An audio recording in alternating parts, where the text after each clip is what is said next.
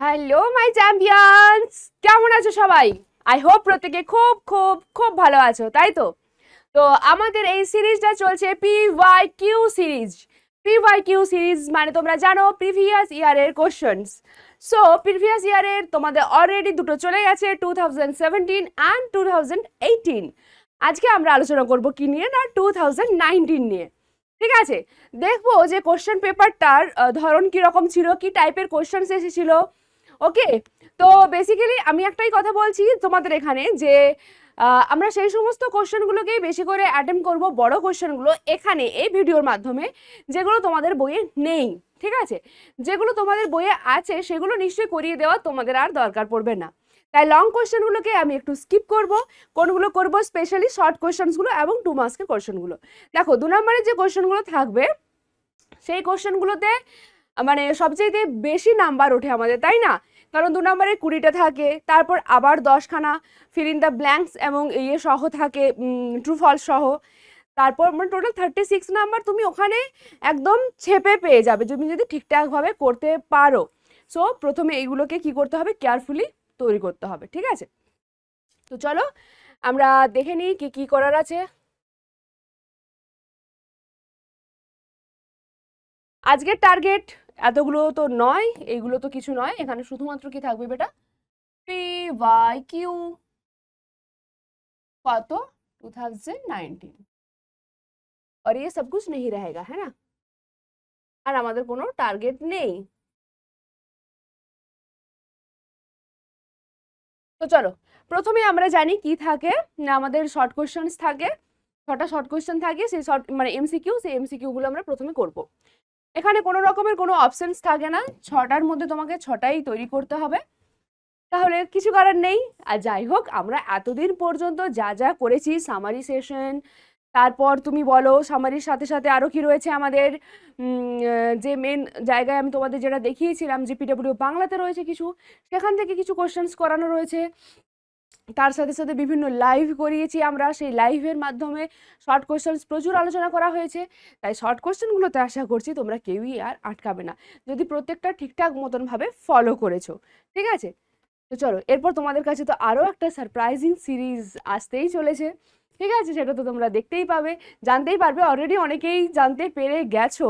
ঠিক আছে, যারা জানতে পারো না খুব শীঘ্রই তোমরা জানতে পারবে যে শর্ট কোশ্চেন্সের জন্য আমরা ইউটিউবে কি নতুন সিরিজ আনতে চলেছি। তারপর দেখো ফার্স্ট কোশ্চেন, কোনো অংশীদারি ব্যবসায় দুই বন্ধুর প্রাপ্ত লভ্যাংশের অনুপাত 1/2:1/3, মানে হাফ মানে 1/2:1/3 হলে তাদের মূলধনের অনুপাত কত? দেখো এখানে যখনই সময়টা কিছু বলে দেওয়া নেই মানে আমরা জানবো কি সময়টা হচ্ছে ফিক্সড। তো সময় যদি একই থাকে তাহলে আমরা জানি লভ্যাংশের অনুপাত, এই যে লভ্যাংশের অনুপাত এটাই হয়ে যায় কি না মূলধনের অনুপাত। তাহলে মূলধনের অনুপাতটাও কত হবে বেটা, 1/2:1/3। ওকে, কিন্তু এখানে প্রত্যেকটা অপশন দেখো এইভাবে তো নেই, এটাকে লঘিষ্ঠ আকারে পরিণত করতে হবে। তাহলে কি করব আমরা, এটাকে 6 দ্বারা উপরে মাল্টিপ্লাই করব, এটা হবে 3 আর এটা হবে 2, দ্যাট ইজ 3:2। কোথায় রয়েছে 3:2? Option B. অপশন বি হয়ে গেল রাইট অ্যান্সার, একদম সোজা ছিল।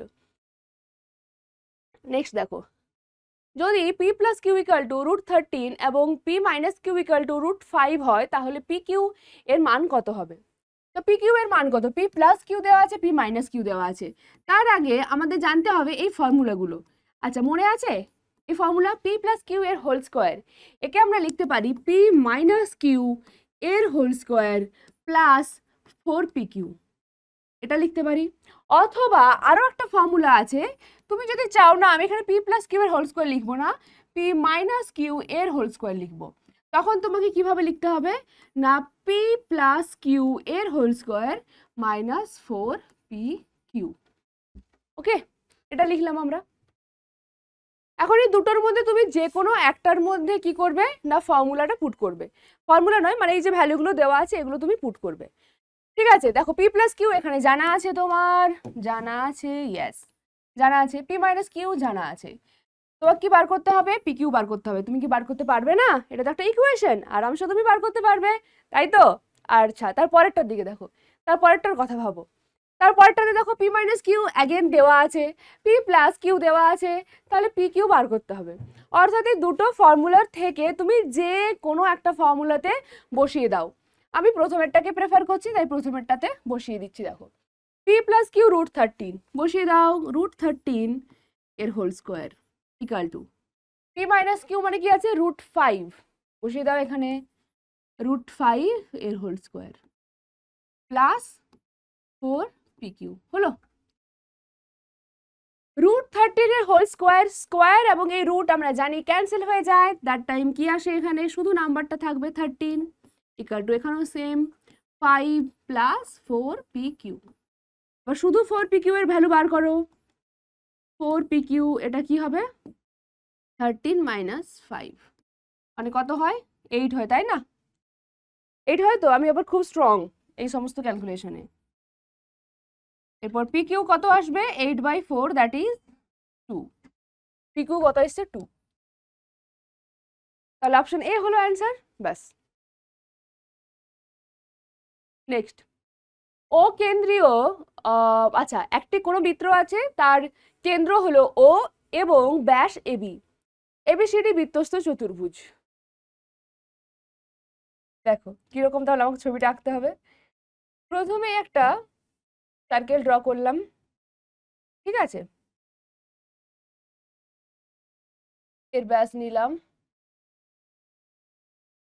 এ, সেন্টার কি বেটা ও, ঠিক আছে। এবি সিডি বৃত্তস্থ চতুর্ভুজ, এবি তো দেওয়াই আছে, তাহলে সিডি তুমি ড্র করো, এখানে একটা লাইন, এইভাবে আমি দেখো বৃত্তস্থ চতুর্ভুজটা বানিয়ে দিলাম। এটার নাম দিলাম সি, এটার নাম দিলাম ডি, কেমন?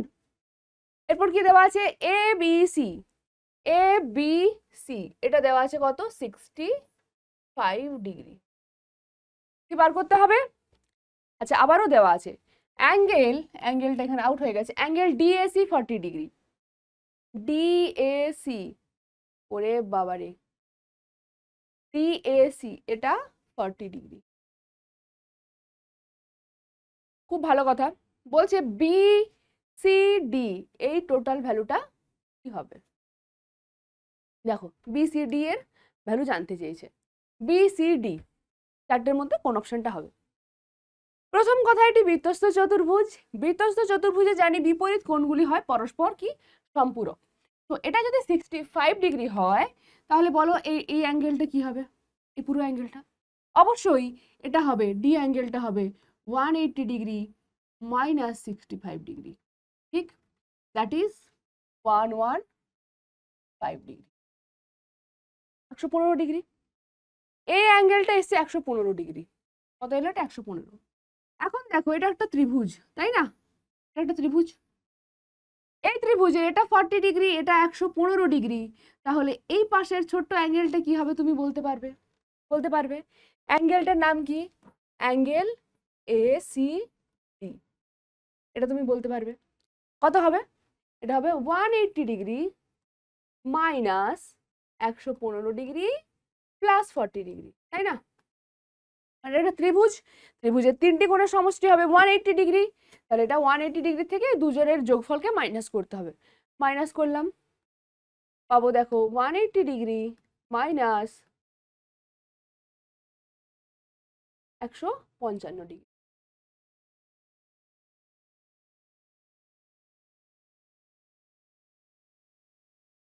এটা আমরা পেয়ে গেলাম কত বেটা 20,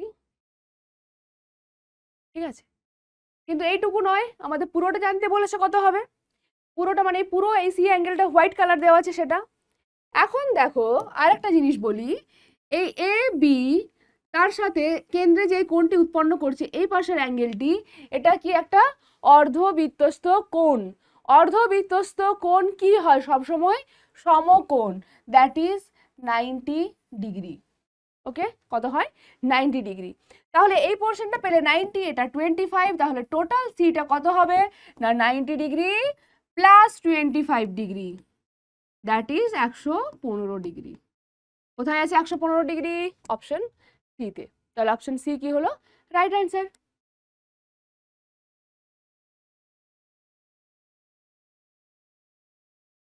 নেক্সট দেখো tan alpha plus cot alpha equal to 2 হলে tan to the power 13 alpha plus cot to the power 13 alpha এর মান কত? এটা অলরেডি দেখো পড়েছিল 2017-তে, সরি 17 নয় 18-তে পড়েছে, আবার 19-ও কিন্তু দিয়ে দিয়েছে। এই জন্য বলি কোনো শর্ট কোয়েশ্চেনই আগের বছর পড়েছে মানে এই বছর পড়বে না এমনটা নয়, ঠিক আছে? পড়তেও পারে। সুতরাং তোমরা কি করবে, শর্ট কোয়েশ্চেনগুলো একদম দেখবে না যে কোনটা আগের বছর পড়েছে কোনটা পড়েনি। শর্ট কোয়েশ্চেন আমরা সমস্তটাই করব। তো আমরা যেহেতু মানে আগেই করে দিয়েছি অলরেডি, এর আগের ক্লাসেও দেখিয়েছিলাম যে এখান থেকে আমরা কি আনতে পারি, এখানে আর করছি না, তাই না? tan আলফা এটা আমরা জানি, যদি যোগফলটা 2 হয় তাহলে দুজনের ভ্যালুই কত হবে, 1 1 করে হবে। এরপর এখানে কি দেওয়া আছে, tan to the power 13 alpha, যার মানে কি tan alpha power 13 plus cot alpha power 13, এখানে হবে 1 to the power 13 plus 1 to the power 13, 1 plus 1 কত হবে, এটা 2, তাহলে অপশন বি হবে অ্যান্সার। এখানে টু দ্য পাওয়ার 13 থাক বা 2000 থাক বা 2000 আমাদের 24 থাক, যেটাই থাক, কি বলেছি অ্যান্সার কত আসবে, 2 আসবে। কেমন? এদের দুজনের যোগফল যদি 2 হয় তাহলে অবশ্যই এই ভ্যালুটা হবে 2। তারপর 2√6 সেন্টিমিটার বাহু বিশিষ্ট দুটি ঘনক পাশাপাশি রাখলে উৎপন্ন আয়ত ঘনকটির, দেখো দুটি ঘনক কত যার লেন্থ বলে দেওয়া আছে 2√6।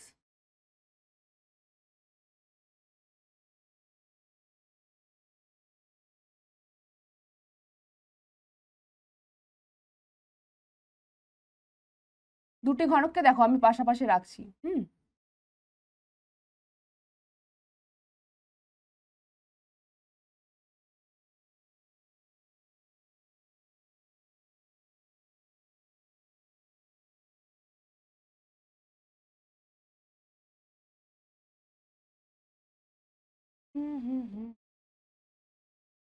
ঠিক আছে? দেখো দুটি ঘনককে আমি পাশাপাশি রেখেছি, দুজনের এই লেন্থ কত বলে দেওয়া আছে 2√6, তাই না? 2√6, তাহলে এটা 2√6, এটাও 2√6,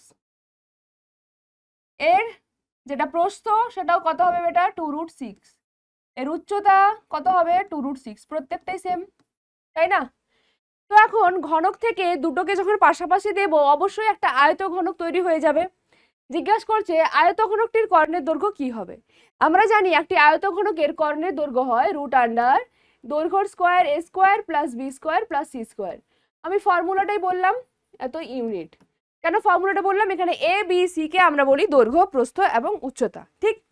এখন দেখো এই যে তোমার কাছে তৈরি হয়েছে নতুন আয়তক্ষেত্র, যার দৈর্ঘ্য বা লেন্থ যদি বলি এল কত, আচ্ছা এখানে এ বি সি ছাড়া আমরা এল বি এবং এইচ দ্বারা ডিনোট করতাম, তাই না?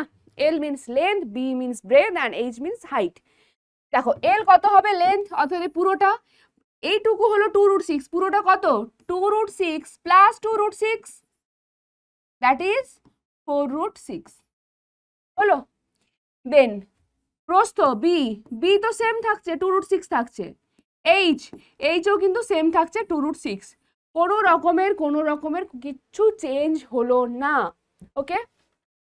ইকুয়াল টু √, এল স্কোয়ার মানে 4√6 এর স্কোয়ার প্লাস বি স্কোয়ার 2√6 এর স্কোয়ার প্লাস এইচ কত 2√6, এটাও হবে 2√6 এর হোল স্কোয়ার, এত সেন্টিমিটার, যেহেতু ইউনিট দেওয়া আছে সেন্টিমিটার। নাও √6 গুলো, √6 এর হোল স্কোয়ার সেটা 6 হবে, 6 কে আগে বাইরে বার করে নিলাম, 4 স্কোয়ার কত হয় 16, 2 স্কোয়ার 4 প্লাস এখানেও 2 স্কোয়ার হবে 4, এত সেন্টিমিটার। √, 6 ইন্টু এটা কত দেখো 24,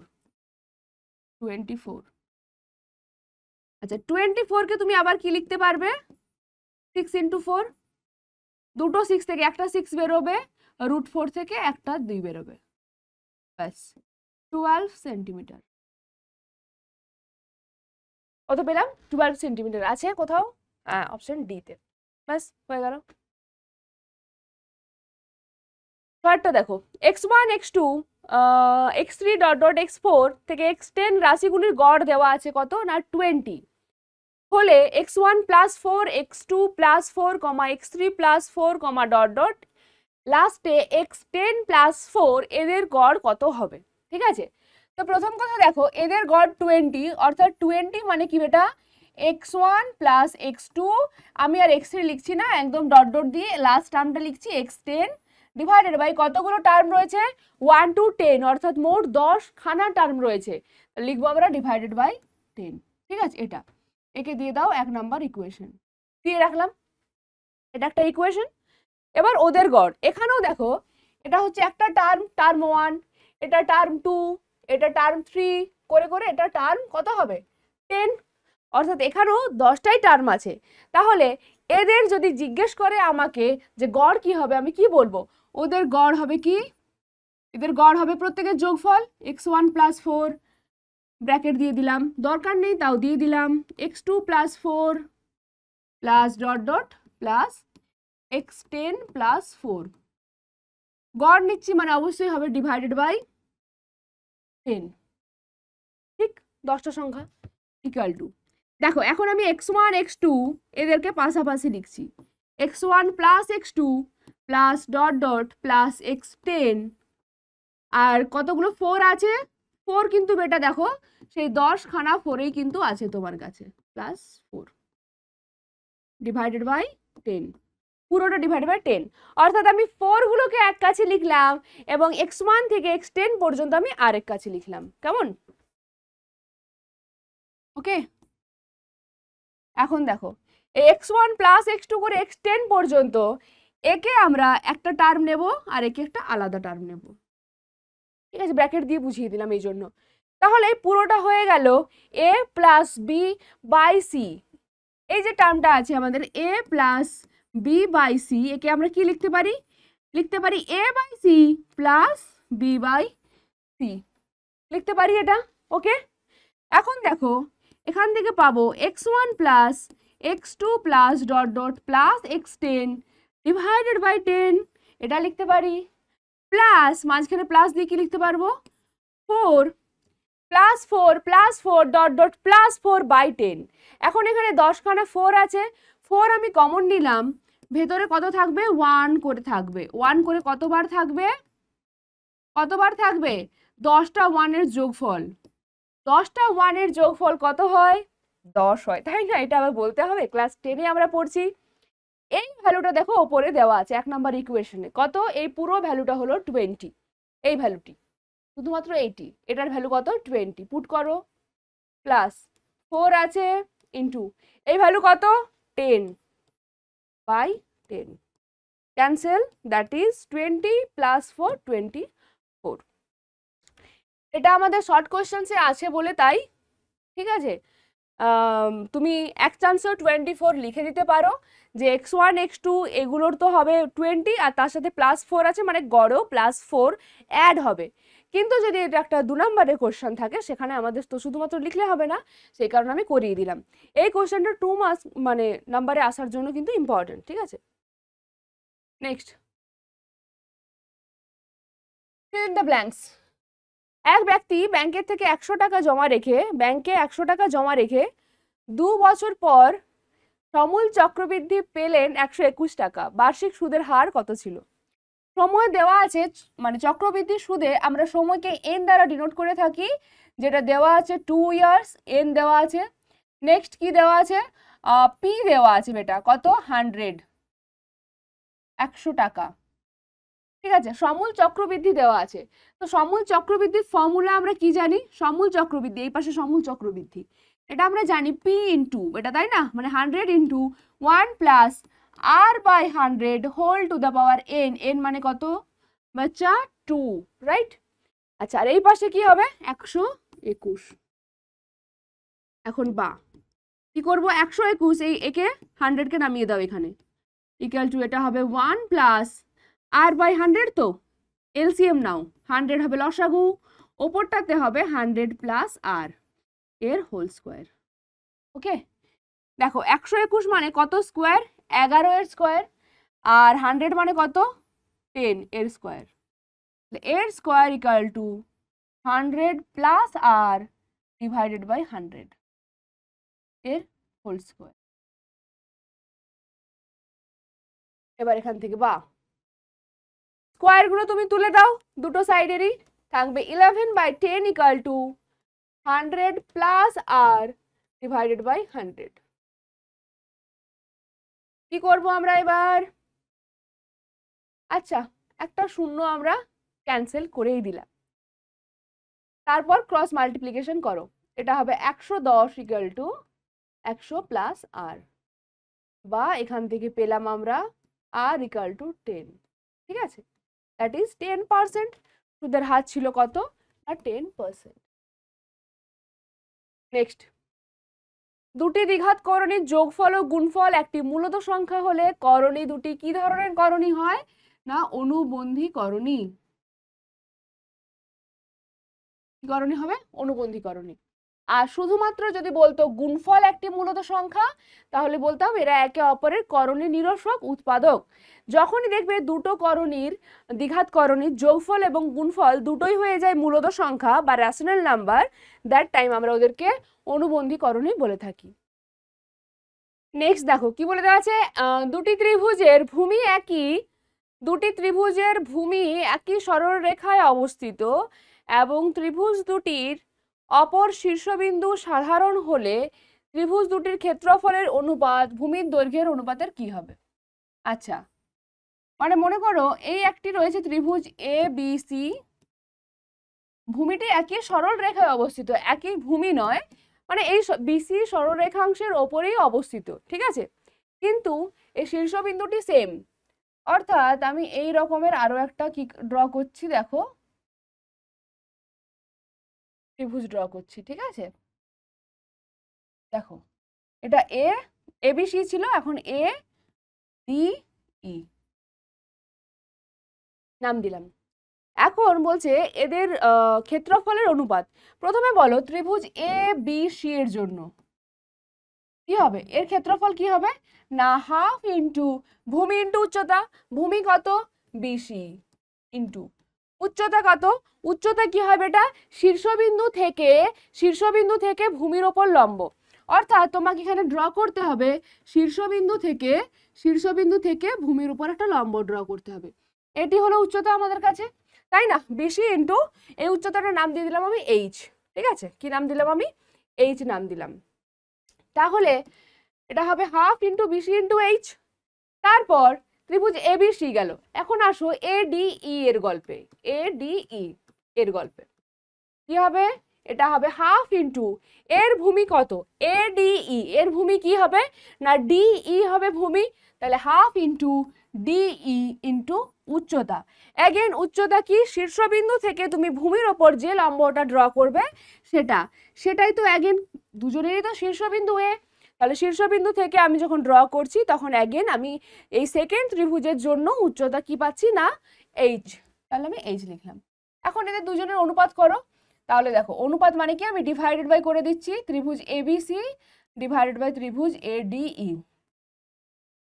এটা কি হবে? হাফ গুলো ক্যান্সেল হবে আর এইচ গুলো কেটে যাবে, থাকবে কি? BC divided by DE. Okay, BC divided by DE, অর্থাৎ কি দেখছো? দেখো বিসি কি ছিল? এই ওপরে ত্রিভুজের ভূমি, আর নিচে ডিই হচ্ছে নিচে ত্রিভুজের জন্য ভূমি, অর্থাৎ ক্ষেত্রফলের অনুপাত হবে ভূমির দৈর্ঘ্যের অনুপাতের সাথে সমান। ওকে, চলো next, cos 53 and sin 30 divided by sin 37 এর সরলতম মান কি? দেখো আমরা জানি sin 37 ডিগ্রি, মানে তুমি এটাকে লিখতে পারবে sin 37 কে লেখা যায় কি 90 ডিগ্রি মাইনাস 53 ডিগ্রি লিখতে পারি। তাহলে sin 90 ডিগ্রি মাইনাস থিটা হয়ে যায় কি? cos theta, that is cos 53। তাহলে sin 37 মানেই দেখো পেয়ে গেলাম আমরা cos 53, পুট করে দাও, আর ওপরে আছে cos 53 ডিগ্রি, দুজন ক্যান্সেল হবে, থাকবে কত? 1। তুমি চাইলে cos 53 কে চেঞ্জ করতে পারো, cos 53 ডিগ্রি মানেই হলো কি? না sin 37 ডিগ্রি। ওকে, এই চেঞ্জটাও তুমি করতে পারো। নেক্সট, একটি নিরেট লম্ববৃত্তাকার চোঙের তল সংখ্যা। নিরেট লম্ববৃত্তাকার চোঙ, নিরেট মানে কি? একদম সলিড। ঠিক আছে, এটা তাহলে এর তল সংখ্যা কি হবে বেটা? এই ওপরে একটা তল আছে, এই তল পাবো, নিচে একটা তল রয়েছে, তাই না? অর্থাৎ দুটি ভূমি থাকে আমরা জানি। যে কোনো তুমি জলের ড্রাম নাও বা যে কোনো কিছু ড্রাম নিয়ে নাও না কেন, সেই ড্রাম নিলেই তুমি কল্পনা করতে পারবে যে কতগুলি তল রয়েছে। এই একটি তল, দুটি তল, আর এই হলো আমাদের কাছে কি বেটা, না পার্শ্ব তল। অর্থাৎ টোটাল তল কতগুলো হলো, না তিনখানা, তিনটি। ওকে, নেক্সট x1 x2 করে x100 পরপর দেখো দেওয়া আছে x1 x2, এর আগে যেরকম আমি একটা অঙ্ক করলাম x1 x2 করে x10 পর্যন্ত, এখানে কত আছে 100 পর্যন্ত। তো x10 পর্যন্ত যদি থাকে তখন সংখ্যা কতগুলো পেয়েছিলাম, 10খানা, তাই না? ওগুলো কাউন্ট করতে পারছিলাম। এখানেও সেম আমি কাউন্ট করতে পারছি কতগুলো রয়েছে, না 100খানা তোমার রয়েছে কি না সংখ্যা, এখানে তথ্য রয়েছে, ঠিক আছে? ডাটা দেওয়া রয়েছে কতগুলো, 100খানা। অর্থাৎ এখানে তোমার n এর ভ্যালু কত, না 100। 100টা কি ধরনের সংখ্যা, ইভেন নাম্বার বা যুগ্ম সংখ্যা, তাই না? যুগ্ম সংখ্যা। কেন যুগ্ম সংখ্যার কথা বলছি, কারণ হচ্ছে কি এটা এখানে মধ্যমা চেয়েছে। এবার মধ্যমাতে আমাদের সব সময় যে কাজটা করতে হয়, ডাটা দেওয়া থাকলে সেটাকে ছোট থেকে বড়তে সাজিয়ে নিতে হয়, ঠিক আছে? এবার ছোট থেকে বড়তে আমি যখনই সাজিয়ে নেব, তো এখানে তো সম্ভব নয়, কারণ x1 x2 এদের তো এক্সাক্ট ভ্যালু দেওয়া নেই। আমি তো 1 2 5 7 10 থাকলে আমি বলতে পারবো যে একে ছোট থেকে বড়তে আমি মানে লিখতে পারবো। একে কিভাবে লিখবো আমরা পারবো না, সেই কারণেই বলে দেওয়া আছে যে এটা কিন্তু ঊর্ধ্বক্রমেই সাজানো, ঠিক আছে? ঊর্ধ্বক্রমে কথাটা মধ্যমার জন্য থাকতেই হবে। আছে, তো এখানে বলছে এর মধ্যমা কি হবে। তো এনটা পেয়েছি আমরা 100, যেটা কি ইভেন নাম্বার। যদি এরকম হয় দ্যাট টাইম আমরা কি পাই, মধ্যমা বা মিডিয়ান আমরা কি পাই, মিডিয়ান পেয়ে যায়। এই যে 100/2 যদি করো, ঠিক আছে, 100/2 এততম পদ, ও ঠিক এর পরের টার্মটা, পরের টার্ম মানে কি হবে, 100/2 + 1 এততম। এই যে দুটো পদ, এই দুটি পদের গড় নিতে হবে, ঠিক আছে? এততম পদের গড়। 100/2 মানে কি 50, এততম পদ ও 51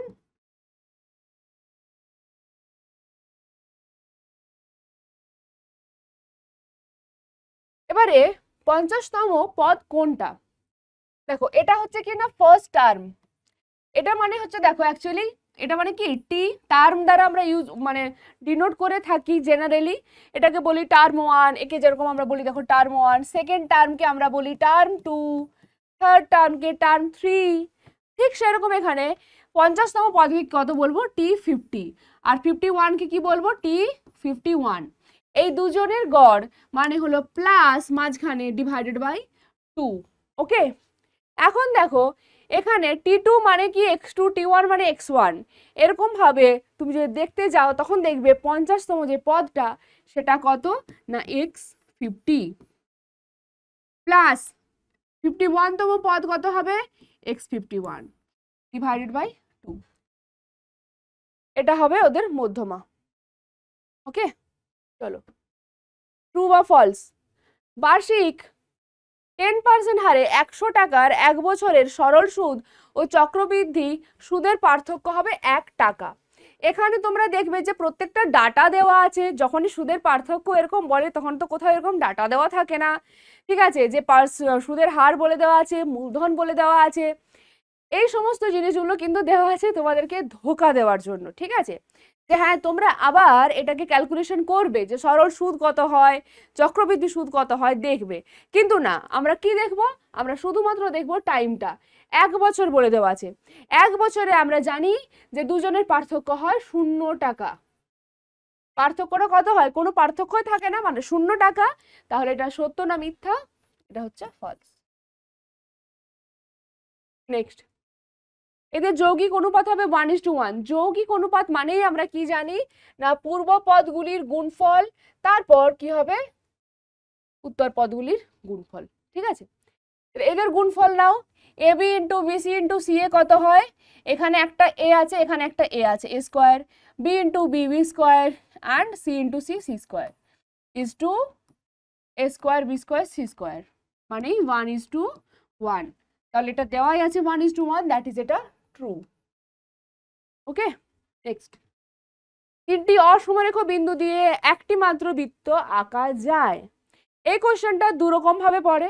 এক হচ্ছে তিনটি অসমরেখ বিন্দু দিয়ে একটি মাত্র বৃত্ত অঙ্কন করা যায়। সেকেন্ড কোশ্চেনটা হয় তিনটি সমরেখ বিন্দু দিয়ে একটি মাত্র বৃত্ত অঙ্কন করা যায়। সেটা ফলস হয়, কিন্তু এটা কি হবে, এটা হবে ট্রু। যদি এখানে বলতো অসমরেখর জায়গায় সমরেখ, তখনই হয়ে যাবে কি ওটা মিথ্যে বা ফলস। কারণ সমরেখ বিন্দু দ্বারা, এই যে দেখো একই রেখার উপর তিনটি বিন্দু আছে, তুমি এখানে কোনো অবস্থাতেই কোনোভাবেই কোনো বৃত্ত অঙ্কন করতে পারবে না। কিন্তু যদি জাস্ট অসমরেখ বিন্দু থাকে, এরকম থাকে, তুমি এটা দিয়ে অবশ্যই আরামসে একটা বৃত্ত কিন্তু ড্র করতে পারবে। ঠিক আছে, সে বৃত্ত যত বড়ই হোক না কেন তুমি পারবে। Next, sin 30 degree plus sin 60 degree is greater than sin 90 degree. প্রথম কথা, sin 90 ডিগ্রির ভ্যালু আমরা জানি কত না 1। sin 90 ডিগ্রির ভ্যালু আমরা জানি 1। এখন এদের দুজনের যোগফলটা দেখতে হবে যে একদম একের চেয়ে ডাইরেক্ট বেশি কি বেশি নয়। কি করে দেখবো, দেখো মান পুট করি একবার। sin 30 degree plus sin 60 degree. sin 30 ডিগ্রির ভ্যালু হয় হাফ, 60 ডিগ্রির ভ্যালু হয় √3/2। তাহলে এটা কত দাঁড়াবে, 2, 1 প্লাস ওপরটা হচ্ছে √3। ঠিক আছে, এবারে √3 যেটা আছে তার ভ্যালু 1 পয়েন্ট সামথিং হয়, তাই না? তাহলে এটা দেখো দাঁড়াচ্ছে 1 plus 1 point something, that is 2 point something. 2 point something divided by 2। তাহলে এখানে আবার আসছে ডিভাইডেড বাই 2 করলে 1 পয়েন্ট সামথিং। তাহলে এক্স্যাক্টলি 1 তো আসছে না, 1 পয়েন্ট তুমি সামথিং কিছু একটা পাচ্ছই। তার মানে এই যে নাম্বারটা, এটা হচ্ছে একদম স্ট্রিক্টলি গ্রেটার দেন কি হচ্ছে না 1। ঠিক আছে, একদম একের চাইতে কিন্তু ডাইরেক্টলি কিন্তু বড়, একদম স্ট্রিক্টলি গ্রেটার দেন 1। এক নয়, একের সাথে একদমই এখানে ইকুয়াল তো নয়ই, একদমই ইকুয়াল নয়। ঠিক আছে, স্ট্রিক্টলি গ্রেটার দেন 1। তাহলে ওটাই জানতে চেয়েছিল, বলেছিল যে এটা দেওয়া আছে, এটা কি ট্রু হবে না ফলস হবে, কি হবে তাহলে এটা ট্রু। ওকে, নেক্সট, একই ভূমি ও একই উচ্চতা বিশিষ্ট একটি লম্ববৃত্তাকার শঙ্কু ও একটি লম্ববৃত্তাকার চোঙের আয়তনের অনুপাত কি হবে? তো শঙ্কুর আয়তন আমরা জানি 1/3 pi r square h is to চোঙের বলেছে, তাই না, মানে পাই r স্কয়ার h। এখানে দেখো আর দুজনের ক্ষেত্রে আমি r নিয়েছি আর উচ্চতা দুজনের ক্ষেত্রে h নিয়েছি, কারণ এখানে বলে দেওয়া আছে একই উচ্চতা বিশিষ্ট এবং একই ভূমি। একই ভূমি মানে কি বেটা, ভূমিটা যদি নিচটা একই হয় দুজনের জন্যই, এটা হচ্ছে চোঙ, চোঙের জন্য ভূমি একই, এবং এটা হচ্ছে কি আমাদের শঙ্কু। এই যে ভূমিগুলো রয়েছে, ভূমিগুলো কি না সেম। ভূমি সেম মানে কি, ভূমির ব্যাসার্ধগুলো সেম, নইলে ভূমি কিভাবে সেম হতে পারে? ভূমি সেম মানে ভূমির ব্যাসার্ধগুলো একই। মানে এটা দেখো এবার পাবো 1/3 is to 1, that is 1 is to 3।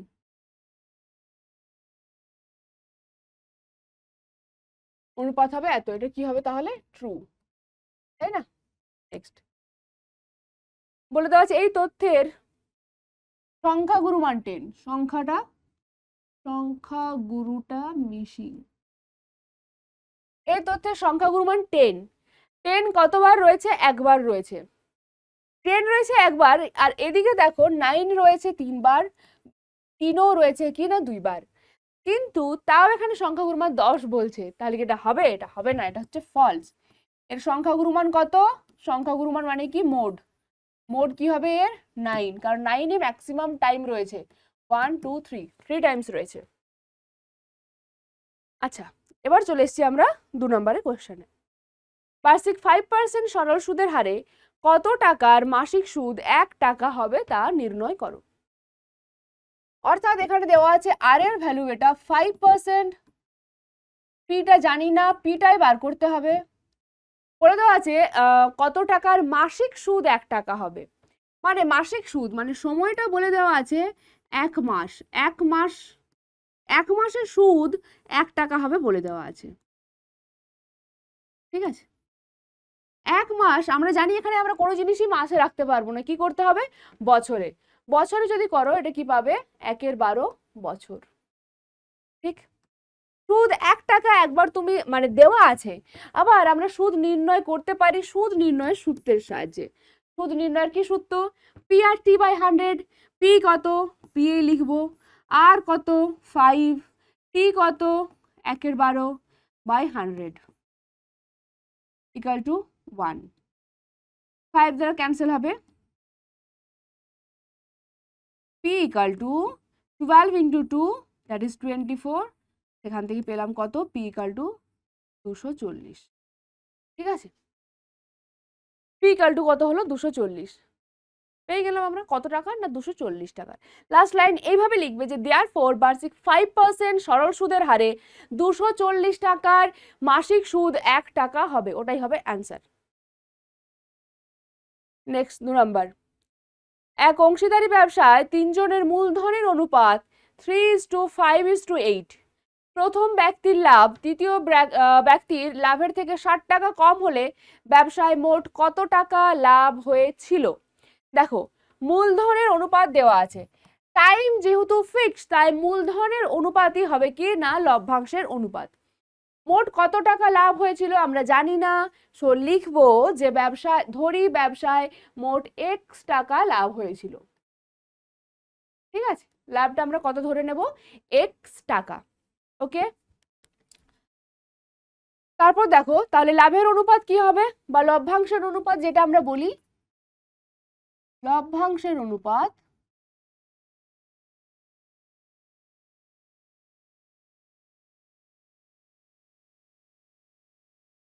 কত হবে 3:5:8, ওকে। এখন প্রথম ব্যক্তি এরকম করে আমাদের ডিনোট করতে হবে, প্রথম, দ্বিতীয় এবং তৃতীয়। প্রথম ব্যক্তির আর লিখছি না কিন্তু আমি উজ্জ করে দিলাম, তোমাদেরকে কিন্তু লিখতে হবে পেপারে ভালোভাবে সুন্দরভাবে সাজিয়ে লিখতে হবে, ঠিক আছে।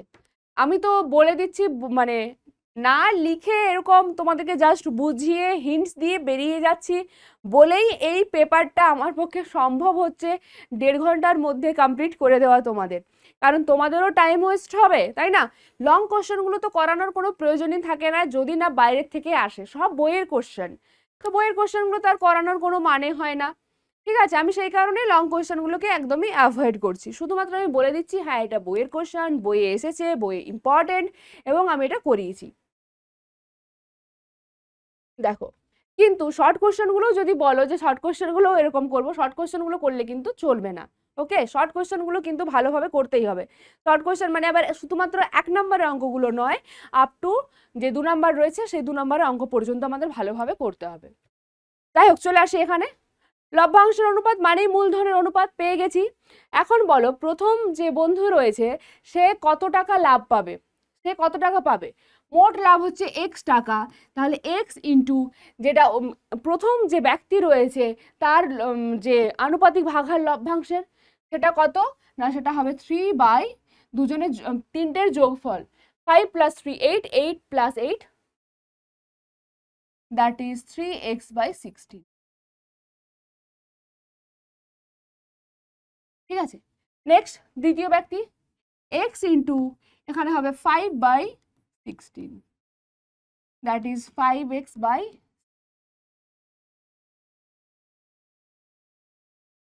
ওকে। নেক্সট কি হবে তৃতীয় ব্যক্তির x ইন্টু 8/16, দেখো এখানে আমি চাইলে ক্যান্সেল করে দিতে পারি কিন্তু করবো না এখন, এখন আমার কাছে এখানে হাতে থাক 8x/16 রাখলাম। কেন রাখছি কারণ নিচে দেখো এই যে তিনটে বেরিয়েছে তিনজনেরই রয়েছে কিন্তু 16 16 16 করে, ঠিক আছে।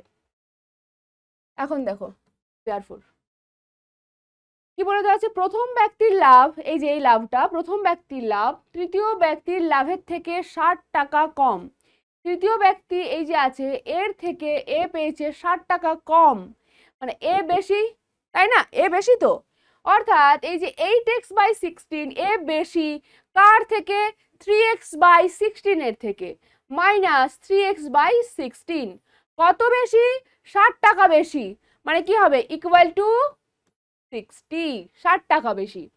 এখন এটা ক্যালকুলেশন করো, x এর ভ্যালু পেয়ে যাবে আর ওটাই আমাদের বার করতে দিয়েছিল। দেখো 16 কেন রেখেছিলাম এখানে, সিম্পল তুমি যাতে এলসিএমটা নিতে পারো, এটা হবে 8x minus 3x that is 5x equal to 60. x equal to পাচ্ছ তুমি 60 into 16/5. ঠিক আছে, 16 into 12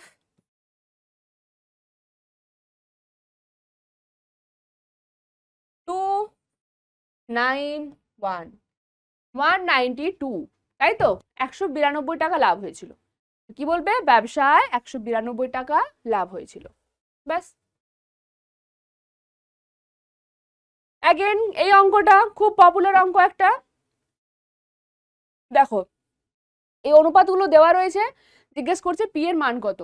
তুমি ধরে নাও এই প্রত্যেকটা অনুপাতের মানেই হলো কত না কে, ধরে নিলাম কে। তাহলে এখন a/2 এটা মানেও হবে কে, b/3 এটা মানেও হবে কে, c/4 এটা মানেও কি হবে কে। ঠিক আছে, তিনটের মানই হলো কে। এখান থেকে আমি পাবো a equal to 2k, এখান থেকে পাবো b equal to 3k, এখান থেকে পাবো c equal to 4k। ওকে, তিনটে ভ্যালু বার করলাম। এখন এদের প্রত্যেকের ভ্যালু যেরকম কে এর সাথে সমান করলাম, তাহলে আমাকে অবশ্যই এর ভ্যালুটাও কে এর সাথে সমান করতে হবে। লিখো দেয়ারফর, তিনটে লিখেছি এবং লাস্ট মান 2a minus 3b plus 4c divided by p equal to k। এখন এখানে এর জায়গায় ভ্যালুগুলো পুট করো যা যা তুমি পেয়েছো উপরে।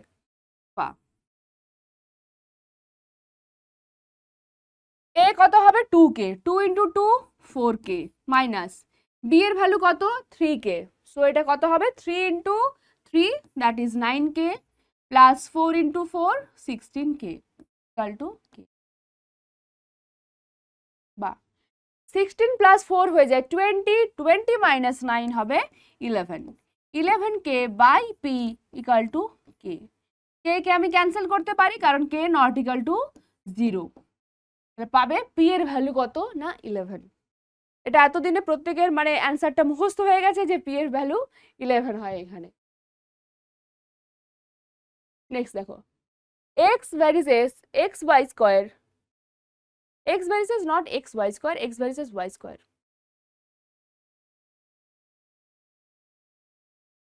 x varies y square এবং y equal to 2a, x equal to a হলে প্রমাণ করো y square equal to 4ax। প্রথম কথা আমি আসবো এখানে ভেদের গল্পে। কি বলে দেওয়া আছে x varies y square, that means তুমি পাবে x equal to k into y square, তাই না? অবশ্যই পাশে লিখবে k হলো অশূন্য ভেদ ধ্রুবক, রাইট? এখন এবার আমরা চেষ্টা করব কি না k এর ভ্যালুটা বার করানোর। k এর ভ্যালু তুমি যখনই হাতের কাছে পেয়ে যাবে তখনই তুমি k এর ভ্যালুটা এই ইকুয়েশনটাতে বসিয়ে দিলেই পুরো তোমার প্রমাণ চলে আসবে। তোমার কাজ কি এখন k এর ভ্যালু বার করানো।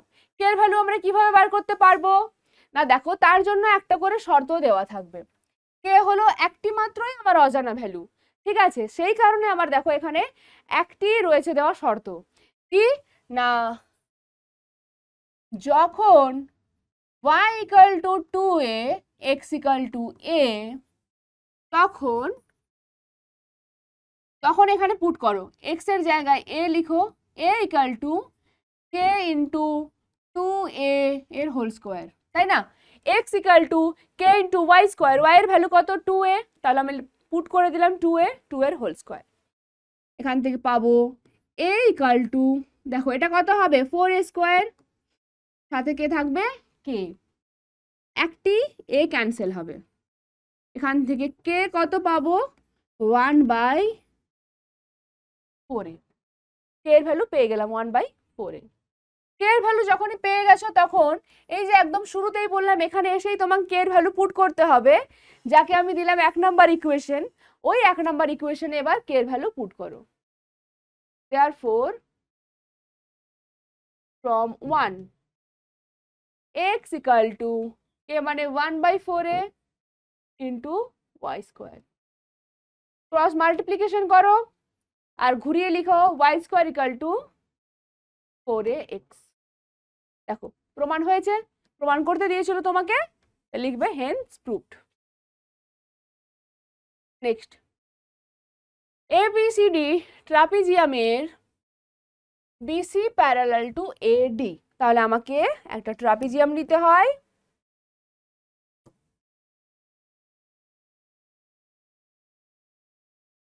এই একটা ট্রাপিজিয়াম, কি বলে যাচ্ছে বিসি প্যারালাল টু এডি। তাহলে এটা এ, এটা বি, এটা সি, এটা ডি। তাহলে দেখো হয়ে গেল এই বিসি এ প্যারালাল টু এডি। অপোজিটে একজোড়া বিপরীতকে তো হতেই হবে সমান্তরাল, সমান্তরাল ড্র করলাম, ঠিক আছে। আর কি বলে দেওয়া আছে, এডি দেওয়া আছে 4 সেমি, এটা 4। এসি ও বিডি কর্ণদ্বয় এমন ভাবে ও বিন্দুতে ছেদ করে, তাহলে দুটো কর্ণ ড্র করো, তারপর ওদেরকে ছেদ করাও। দুটি কর্ণ ড্র করলেই ওরা অটোমেটিক ছেদ করবে, তাই না? দেখো কি করেছে, এখানে ও বিন্দুতে ছেদ করেছে, বলছে এমন ভাবে ছেদ করেছে যে এ ও বাই ও সি এটা হবে কি না D O by O B, এটা হবে। এখন বিসি এই পুরোটার লেন্থ জানতে চেয়েছে যে কত, ঠিক আছে। তাহলে এটা কি দাঁড়াচ্ছে, মধ্যবিন্দু, তাই না? না, মধ্যবিন্দু তো নয়, কি বলে দেওয়া আছে, এদের অনুপাতগুলো সমান বলে দেওয়া আছে। তাহলে প্রথমেই দেখো আমি লিখতে পারি এখানে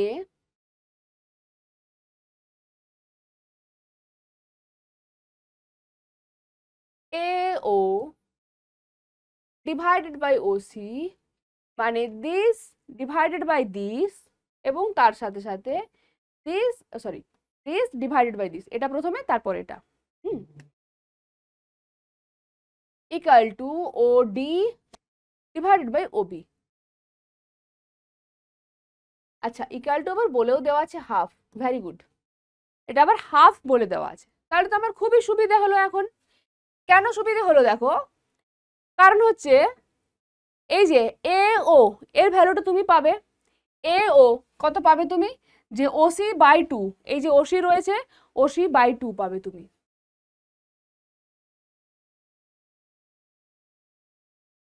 দেখো এটা হলো হাফ। আমি এখন দেখো এরকম লিখতে পারি কি, এও বাই ওসি আছে, এও বাই ওসি, এবার হাফটা না আমি এখানে এখন কেটে দিচ্ছি, বুঝলে, হাফ এখন আমি কেটে দিলাম। হাফ কেটে দেওয়ার পর আমি যদি করি এ ও, এই ওডি কে আমি নিচে নামাবো এবং ওসি কে আমি ওপরে তুলবো, কি করব, এও বাই ওডি ইকুয়াল টু আমি করলাম ওসি বাই ও বি। ওকে, অর্থাৎ আমি বানিয়ে দিলাম কার কার রেশিও, এই যে এ ও এই রেশিও এবং ওডি এই রেশিও, এই দুজনের রেশিওর সাথে কার ratio, O C, that is এই রেশিও, এবং ও বি, তাই না, এই রেশিও, এগুলোকে আমি কি করে দিলাম, ইকুয়াল করে দিলাম। এখন দেখো তোমার কাছে দুটো ত্রিভুজ রয়েছে, এক হয়েছে ত্রিভুজ এ ও ডি, এই ত্রিভুজ, আর নিচে রয়েছে দেখো ত্রিভুজ বি ও সি, এই ত্রিভুজ, রাইট? দুটো রয়েছে তো, হ্যাঁ কি না, দুটো রয়েছে। এখন তোমার কাছে এমন দুটো ত্রিভুজ রয়েছে যাদের কি হচ্ছে বাহুগুলোর দুটো বাহু দেখাচ্ছে সমান অনুপাতে আছে, ঠিক? দুটো বাহু সমান অনুপাতে আছে, তাহলে এদেরকে আমরা কি বলতে পারবো, এরা দুজন হলো কি না সদৃশ, সদৃশ তুমি বলতে পারবে। বাহুগুলো দুটি বাহু সমান অনুপাতে আছে এবং তার সাথে সাথে আবারও এই অ্যাঙ্গেল আর এই অ্যাঙ্গেলও কি হবে, ইকুয়াল হবে, ঠিক আছে, এই দুটো অ্যাঙ্গেল ইকুয়াল হবে।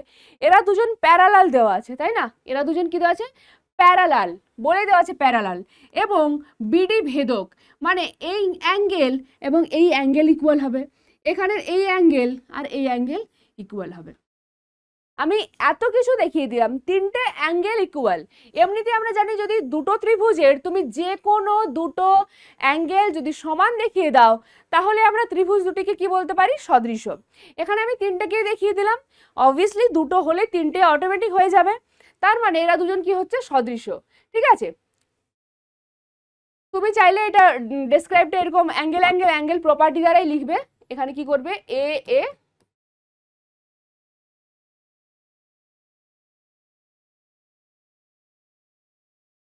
সদৃশতা থেকে পাই, ওকে। দুজনকে দেখালে। আচ্ছা, যখন এরা সদৃশ তাহলে অবশ্যই এদের বাহুগুলো কি থাকবে, একই অনুপাতে থাকবে। এদের বাহুগুলো দেখো আমি অলরেডি দুটোকে একই অনুপাতে নিয়ে নিয়েছি, OD equal to OC by OB. Okay, দুটোর আমি অলরেডি পেয়ে গেছি, তাহলে কি হবে, থার্ডটাও অবভিয়াসলি ইকুয়াল হবে। থার্ডটা মানে কি, প্রথমে দেখো ওপরের দিকে আমি কাকে নিয়েছি, এ ও এবং OC OC OC OC OC একই, হ্যাঁ ঠিক আছে, এ ও বাই দরকার ছিল করা কি না ও ডি, এটা ও ডি তো নিয়েছি, ও একই ব্যাপার, ও কোনো সমস্যা নয়। আমি নিয়েছি কোনটা দেখো, আমি নিয়েছি এ ও ডিভাইড বাই ওডি করে নিয়েছি, এটা ওডি করে নেওয়ার দরকার নেই, প্রথমটাই রাখো, এ ও যেটা প্রথমে ছিল না সেটাই রাখো, এই লাইনটা করার দরকার নেই, এটা করার দরকার নেই। কোনটা রাখবে, এটাই রাখবে, এ ও রাখবে, এটার সাথে এই বাহুকে রাখবে, ও বি কে রাখবে। আচ্ছা সরি, এখানে ও সি আছে না, ঠিক আছে। এবার কি, এর জন্য আছে ওডি ডিভাইডেড বাই ও বি, এটাকে রাখবে। তারপর লাস্টে কাকে রাখবে, এই ত্রিভুজের জন্য প্রথমে কাজ করছি মানে এডি, এডি তারপর নিচে কাকে রাখবে, এই লম্বা বিসিকে। এই দুটোর ভ্যালু দেওয়া আছে হাফ, মানে অবশ্যই এটারও ভ্যালু কি হবে, হাফ। এখন শুধুমাত্র এইটুকু নাও, এডি, এডির ভ্যালু কত 4, তাহলে হবে কি 4 by BC equal to half. Cross multiplication করো, বিসির ভ্যালু কত পাবে 8, ঠিক আছে। তাহলে বিসি এর দৈর্ঘ্য কত না 8 সেন্টিমিটার। ব্যাস, গল্প শেষ। নেক্সট, একটি বৃত্তে দুটি জ্যা এবি এবং এসি পরস্পর লম্ব। নিলাম আমি একটি বৃত্ত, এটা হলো এ মানে এসি আর একটা এবি, এটা এ বি নিলাম, এটা নিলাম এসি, পরস্পর লম্ব মানে এটা 90 degree. AB equal to 4 cm দেওয়া আছে, এসি ইকাল টু দেওয়া আছে 3 সেন্টিমিটার। তাহলে বৃত্তটির ব্যাসার্ধ কি হবে? আচ্ছা, যখনই আমরা এরকমের পরস্পর লম্ব পেয়ে থাকি, দ্যাট টাইম আমাদের কাছে আমরা কি পাই না, এই যে দুজনকে যদি যোগ করে দাও বিসি, এই বিসি হয়ে যায় কি না বৃত্তের ব্যাস, বিসি কি হবে বৃত্তের ব্যাস। এখন বলছে ব্যাসার্ধ নির্ণয় করো, তাহলে প্রথমে আগে ব্যাসটা তো নির্ণয় করি। ব্যাস কিভাবে নির্ণয় করব, দেখো এটা একটা সমকোণী ত্রিভুজ, সমকোণী ত্রিভুজের এটা 90 ডিগ্রি, 90-র অপোজিটে যে আছে সে কি হবে, আমার সাথে বলো, অতিভুজ, রাইট। 90-র অপোজিটে যে থাকবে সে হবে অতিভুজ। তাহলে এখন অতিভুজের square that is BC square equal to আমরা পেয়ে যাব কি এই বাকি দুজনের square, that is 4 square plus 3 square, 16 plus 9 25। এখান থেকে তুমি বিসি এর ভ্যালু পাবে কত না 5, পুরো বিসিটা পেয়েছো 5, অর্থাৎ ব্যাস পেয়েছো তুমি 5। এখন ব্যাসার্ধ কি হবে, অবশ্যই 5/2 centimetre, that is 2.5 centimetre. Okay, ব্যাসার্ধ দৈর্ঘ্য পেয়ে গেলাম।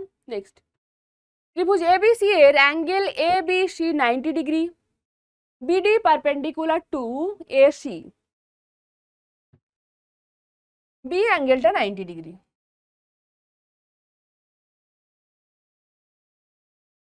মানে একটা আমাদের সমকোণী ত্রিভুজে নিতে হবে, তাই না?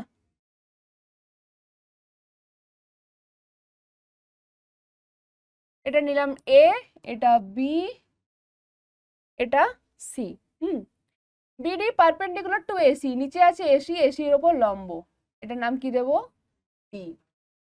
এবি ইকুয়াল টু 5, এবি কত 5, বিসি কত দেওয়া আছে 12, এখানে এ দিতে হতো, এখানে সি দিতে হতো, ঠিক আছে। তবে বিডি এর দৈর্ঘ্য কত, বিডি এর দৈর্ঘ্যটা জানতে চেয়েছে যে কি হবে, ঠিক আছে, খুব ভালো কথা।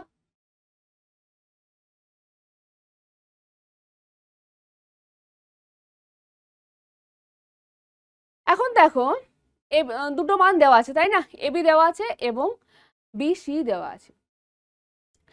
আমরা একটা সদৃশতাতে থিওরেম পড়েছি কি না, কোন একটা সমকোণী ত্রিভুজের সমকৌণিক বিন্দু থেকে যদি তুমি অতিভুজের ওপর কোনো লম্ব অঙ্কন করো, দ্যাট ইজ এই যে বিডি, তাহলে যে দুটো ত্রিভুজ উৎপন্ন হবে এরা পরস্পর নিজেরা সদৃশ্য হবে। তার সাথে সাথে এরা আবার কি হবে, এই যে বড় ত্রিভুজটা রয়েছে that is A B C এর সাথেও কিন্তু সদৃশ্য হবে। ঠিক আছে, এটা আমরা পড়েছি। তাহলে আমরা কি এখানে সদৃশ্যতা কাজে লাগাতে পারি? দেখো সদৃশ্যতা কাজে লাগাতে পারি কি পারি না। প্রথম কথা হচ্ছে কি না, এ বি ডি,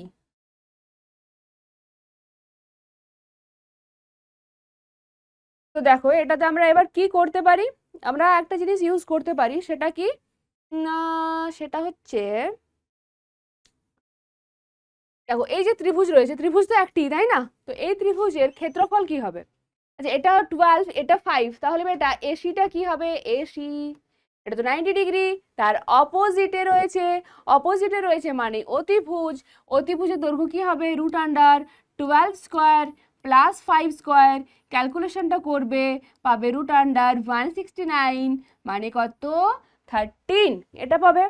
এখন এটা একটা ত্রিভুজ, এই ত্রিভুজকে আমি যদি একটু ঘুরিয়ে নিই, দেখো এটা এই ত্রিভুজকে আমি যদি একটু ঘুরিয়ে নিই এইভাবে, যেটা আমরা ইন জেনারেল ড্র করি, এটা ইন জেনারেল সমকোণী ত্রিভুজের এটা হচ্ছে ইন জেনারেল, দ্যাট টাইম এটা বি, এটা এ এবং এটা হলো কি সি। বিসি দেওয়া আছে 12, এটা দেওয়া আছে কত 5। তাহলে বলো এই টাইমে আমরা এর ক্ষেত্রফল কি করি, ত্রিভুজ এ বি সি এর ক্ষেত্রফল কি করি, হাফ ইন্টু ভূমি ইন্টু উচ্চতা, মানে কি না ভূমি ইন্টু উচ্চতা বলা যায়, বা আমরা বলতে পারি কি না হাফ ইন্টু ওই যে লম্বের সাথে যে দুটো বাহু রয়েছে তাদের গুণফল, দ্যাট ইজ 12 ইন্টু 5।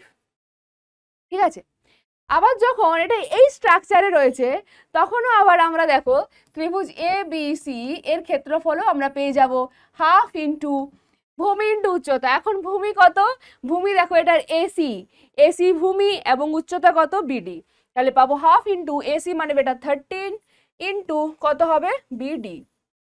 অবশ্যই একই ত্রিভুজের ক্ষেত্রফল বার করছি, দুটো আলাদা আলাদা আসবে না, দুটো একই আসবে, তাহলে দুটোকে একই করলে দেখো হাফগুলো ক্যান্সেল হবে, তুমি পাবে 12 into 5 equal to 13 into BD. কি আমি কি করলাম এটা,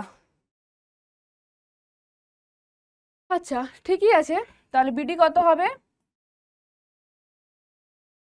60/13, 60/13 এরকম অ্যান্সার আসছে, বিডি ইকাল টু 60/13। ঠিক হ্যাঁ, যদি এরকম অ্যান্সার আসে তাহলে কিছু করার নেই আর আপাতত আমাদের, কারণ এবি দেওয়া আছে 5 এবং বিসি দেওয়া আছে 12। বিডির দৈর্ঘ্য জানতে চেয়েছিল, আমরা এসি বার করেছি, বিটা 90 ডিগ্রি, 90-র অপোজিটে যে থাকবে সে অতিভুজ, অতিভুজটা বার করবোই আমরা কি না অতিভুজের স্কোয়ার মানে জানি আমরা এর 5 স্কোয়ার প্লাস 12 স্কোয়ার, 144 প্লাস 25 মানে 169, 30 হয়, 5 12 মানে 13। ঠিক আছে, আর বিডির দৈর্ঘ্য এতই হয়ে গেল, ঠিক আছে এত সেমি। পরের অঙ্ক দেখো বলেছে থিটা এর কোন মানগুলির জন্য 2 sin theta into cos theta equal to cos theta হবে। তাহলে 2 sin থিটা কোন মান অথবা মানগুলির জন্য, তাহলে একে কস থিটাকে একা না রেখে নিয়ে চলে আসো লেফট হ্যান্ড সাইডে, তারপর করো minus cos theta equal two 0, এখান থেকে বা কস থিটা কমন নাও, পাবে কি না 2 sin theta minus 1 equal to 0। এখান থেকে দুটো পসিবিলিটি আছে, either cos theta equal two 0 হবে অথবা 2 sin theta minus 1 equal to কি হবে না 0। ওকে, এখান থেকে আমরা পাবো কি না 2 sin থিটা ইকাল টু 1, এখান থেকে বা sin theta equal to half, half মানে বেটা সাইন কত ডিগ্রির ভ্যালু হয় ওটা 30 ডিগ্রি, তাই না, কম্পেয়ার করব থিটা পেয়ে যাব কত ডিগ্রি 30 ডিগ্রি, তো আমি এখান থেকে পেলাম থিটার ভ্যালু 30 ডিগ্রি, কিন্তু এই যে cos থিটা ইকুয়াল টু 0 সেখান থেকে আমরা থিটার নিশ্চয়ই ভ্যালু পাবো, তো দেখো এখান থেকে cos থিটা কি পাবে 0, 0 মানে cos কত ডিগ্রিতে মান 0 ডিগ্রি, সরি নট 0 ডিগ্রিতে 90 ডিগ্রিতে, তাই না, sin 0 0 হয় বাট cos 0 কখন হয় না 90-তে, এখান থেকে থিটা পেয়ে গেলাম 90 ডিগ্রি, তাহলে আমরা থিটার কটা ভ্যালু পেলাম দুটো, একটা 30 ডিগ্রি এবং অপরটি হলো কত না 90 ডিগ্রি। ঠিক আছে, এই কোশ্চেনটা এই জন্যই বলে দেওয়া আছে, দেখো কোন মান অথবা মানগুলির জন্য দুটো মান আসতে পারে। এবার থিটার রেঞ্জটার উপর দেখবে, একবার খেয়াল রাখবে 30 ডিগ্রিটা তো অবশ্যই, আর এখানে এসছে 90 ডিগ্রি। 90 ডিগ্রি ভ্যালুটাকে আমরা নেব। দেখো এখানে কোশ্চেনে বলে দেওয়া আছে 0 degree less or equal to theta less or equal to 90 degree, less or equal to, যেহেতু এখানে ইকুয়াল টু সাইনটা আছে দ্যাটস ওয়াই আমরা থিটার ভ্যালুটা 90 ডিগ্রি নিতে পারি। বাট যদি কোশ্চেনে থাকতো 0 degree strictly less than theta strictly less than 90 degree, মানে এখানে দেখো কোনো রকমের ইকুয়াল টু সাইন নেই, দ্যাট টাইম আমরা কিন্তু থিটার ভ্যালুটা 90 ডিগ্রি নিতে পারতাম না। ওকে, যদি এরকম কোশ্চেনে কিছু বলে দেওয়া থাকতো, যেহেতু বলে দেওয়া নেই তাই আমরা দুটো ভ্যালুই নেব। Next, sine 10 theta equal to cos this হলে tan 9 থিটার ভ্যালু কত? দেখো এখানে আমাদের কি করতে হয়, আমরা জানি এখানে কস রাখা চলবে না, একে সাইনে কনভার্ট করতে হবে, অথবা এখানে সাইনটাকে কসে, অর্থাৎ left hand side right hand সাইডে যে ত্রিকোণমিতি রেশিও থাকবে সেটা কিন্তু একটাই থাকবে, একই রকমের, ঠিক আছে। তো এখানে কসকে চেঞ্জ করছি, সাইন করব, কস থিটা মানে আমরা জানি সাইন 90 ডিগ্রি মাইনাস থিটা। ওকে, সাইনগুলো এবার কি করব, তুলে দেব, যেটাকে আমরা বলি কম্পেয়ার করা। কম্পেয়ার করলে পাবো কি না, এটা নিয়ে আসো এই পাশে, কত হবে 18 থিটা ইকুয়াল টু 90 ডিগ্রি, বা থিটা কত হবে 5 ডিগ্রি। ওকে, tan 9 থিটার ভ্যালু বলেছে, therefore tan 9 theta equal two কি হবে, tan 9 into 5 degree equal to tan 45 degree equal to 1। Answer হয়ে গেল। নেক্সট, একটি আয়তঘনাকৃতি ঘরের দৈর্ঘ্য প্রস্থ ও উচ্চতা যথাক্রমে দেওয়া আছে। a plus B plus C দেওয়া আছে 25, ab plus BC plus C A দেওয়া আছে। ঘরটির মধ্যে যে বৃহত্তম দণ্ডটি রাখা যাবে তার দৈর্ঘ্য কত? অ্যাগেন এই অঙ্কটা 2018-তে পড়েছিল, 2018-তে করিয়েছি, আবারও দেখো এখানে দেওয়া আছে, তাই না? 2018-তেই পড়েছে। যেটা রাখা যাবে সেটি হবে কি, তার কর্ণের দৈর্ঘ্য। কর্ণের দৈর্ঘ্য কত তোমাকে বার করতে হবে। কর্ণের দৈর্ঘ্য মানে কি বেটা, মানে হলো root under A square plus B square plus C square. এই ভ্যালুটা কত তোমাকে বলতে হবে। তার আগে আমরা শুধুমাত্র বার করবো A square plus B square plus C square, এটা কত হয়, ঠিক তো? যেটা 2018 পড়েছে,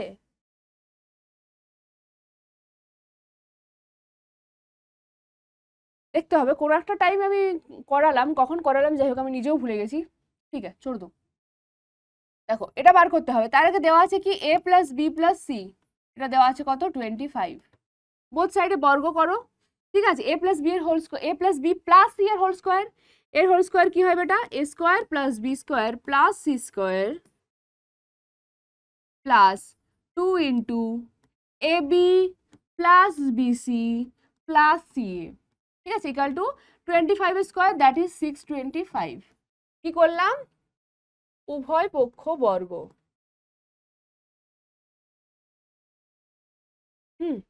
এখন এই ভ্যালু দেওয়া আছে কত, দেওয়া নেই, সরি এই ভ্যালুটা দেওয়া আছে, দেখো AB plus BC plus C এই ভ্যালুটা দেওয়া আছে, এটা তো আমাদের বার করতে হবে।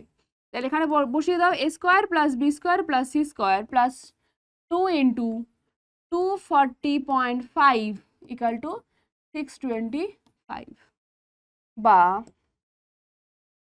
এ square plus B square plus C square plus 240.5, 240কেই যদি করতে যেতাম আমরা কত পেতাম, আমরা 480 পেতাম, তার সাথে আবারও 2 মাল্টিপ্লাই হচ্ছে মানে 481 হচ্ছে, ইকুয়াল টু 625, মানে এটা হয়ে যাবে ইকুয়াল টু 625 মাইনাস 481, কত পাবো 4, এটাও 4, এটা 1, দ্যাট ইজ 144। কি চাই আমাদের, root under A square plus B square plus C square. লিখবে যে ঘরটির মধ্যে যে বৃহত্তম দণ্ডটি রাখা যাবে সেটি হবে কি না, ঘরের কর্ণের দৈর্ঘ্যের সমান। এখন ঘরটির কর্ণের দৈর্ঘ্য equal to root under A square plus B square plus C square equal to root under 144 equal to 12। লিখবে লাস্টলি দেয়ারফর ঘরটির মধ্যে যে বৃহত্তম দণ্ডটি রাখা যাবে তার দৈর্ঘ্য 12 সেন্টিমিটার। সেন্টিমিটার কি দেবে না, একক লেখা আছে, তাহলে লিখবে কি না 12 ইউনিট, এখানে সেন্টিমিটার দেওয়া যাবে না, তো একক লিখতে হবে, ঠিক আছে। নেক্সট দেখো, একটি লম্ববৃত্তাকার শঙ্কুর পার্শ্বতলের ক্ষেত্রফল ভূমির ক্ষেত্রফলের √5 গুণ। পার্শ্বতলের ক্ষেত্রফল ভূমির ক্ষেত্রফলের √5। শঙ্কুর ভূমি হয় একটি বৃত্ত, বৃত্তের ক্ষেত্রফল হয় πr², এর √5 গুণ, মানে দিস ইন্টু √5। পার্শ্বতলের ক্ষেত্রফল, শঙ্কুর পার্শ্বতল কি হয় πr/l। বলছে শঙ্কুর উচ্চতা ও ভূমির ব্যাসার্ধের অনুপাত কত। শঙ্কুর উচ্চতা মানেই হলো h ইজ টু ব্যাসার্ধ, that is r, h is two r টা আমাদের কিন্তু বার করতে হবে। দেখো এখান থেকে আমরা r টা ক্যান্সেল করতে পারি, পাই ক্যান্সেল করতে পারি, মানে l পেয়ে গেলাম আমরা √5r। আচ্ছা l স্কয়ার কি হবে বেটা, দেখো এটা হবে 5r², ঠিক আছে, লিখে রাখলাম। এখন আমাদের বার করতে হবে h is two r। h এর ভ্যালু আমরা জানি না, কিন্তু আমরা একটা ভ্যালু জানি, একটা ফর্মুলা জানি আমরা, কি না l² মানে হয় h² প্লাস r², রাইট, এটা আমরা জানি। এখান থেকে l এর জায়গায় ভ্যালু বসিয়ে দাও, l² এর জায়গাতেই বসিয়ে দাও 5r² equal to h² plus r²। এখান থেকে h কত পাবে, h² পাবে দেখো 5r² minus r², that is 4r²। 4r² থেকে এটা পাবে h equal to 2r। h এর ভ্যালু পেয়ে গেছো, এখন এই অনুপাতটা বার করো। এই অনুপাত মানেই h/r, h মানে কি 2r, আর এটা মানে r, ক্যান্সেল, কত থাকছে 2/1, অর্থাৎ অনুপাত কত হচ্ছে 2:1। ওকে, নেক্সট প্রথম 2n + 1 সংখ্যক ক্রমিক স্বাভাবিক সংখ্যার মধ্যবর্তী সংখ্যা দেওয়া আছে, এত হলে n এর মান নির্ণয় করো। প্রথম 2n + 1 সংখ্যক ক্রমিক স্বাভাবিক সংখ্যা, ক্রমিক মানে কি পরপর, এই সংখ্যাগুলো ঠিক মধ্যবর্তী সংখ্যাটা দেওয়া আছে, n এর ভ্যালুটা আমাদের চেয়েছে যে কত হবে। আচ্ছা 2n নাম্বারটা কি ধরনের সংখ্যা, 2n এটা কি নাম্বার, ইভেন বা যুগ্ম সংখ্যা, তাই না, বা যুগ্ম। তাহলে 2n + 1 এটা সবসময় কি নাম্বার হবে, অড নাম্বার বা অযুগ্ম সংখ্যা। এবার এখানে যে অযুগ্ম সংখ্যা, এখানে কি এটা অযুগ্ম সংখ্যা, মানে কোথা থেকে স্টার্ট হচ্ছে, দেখো এখানে সবচেয়ে বড় ক্লু হচ্ছে স্বাভাবিক সংখ্যা বলে দেওয়া আছে। স্বাভাবিক সংখ্যা মানে হবে এগুলো 1 2 3 4 করে ডট ডট করে কত দূর পর্যন্ত আসবে, 2n + 1 পর্যন্ত, ঠিক আছে, এতগুলো সংখ্যা। এদের যদি মধ্যবর্তী সংখ্যা বার করতে বলে, তার জন্য আমরা ফর্মুলা কি জানি, একটা ফর্মুলা জানি, কি মধ্যবর্তী সংখ্যা মানে কি করব আমরা, প্রথমেই যে ধারের দুটো আছে, প্রান্তে যে সংখ্যাগুলো আছে এদের যোগফল ডিভাইডেড বাই 2 করব, ঠিক আছে। তাহলে 2n + 2/2, that is n + 1। Okay, n + 1 এটা পেলাম মধ্যবর্তী সংখ্যা, আরেকবার মধ্যবর্তী সংখ্যা দেওয়া আছে, ঠিক আছে, মানে কি দেওয়া আছে কোনটা, n + 1 একবার পেলাম, আরেকবার দেওয়া আছে n + 103/3।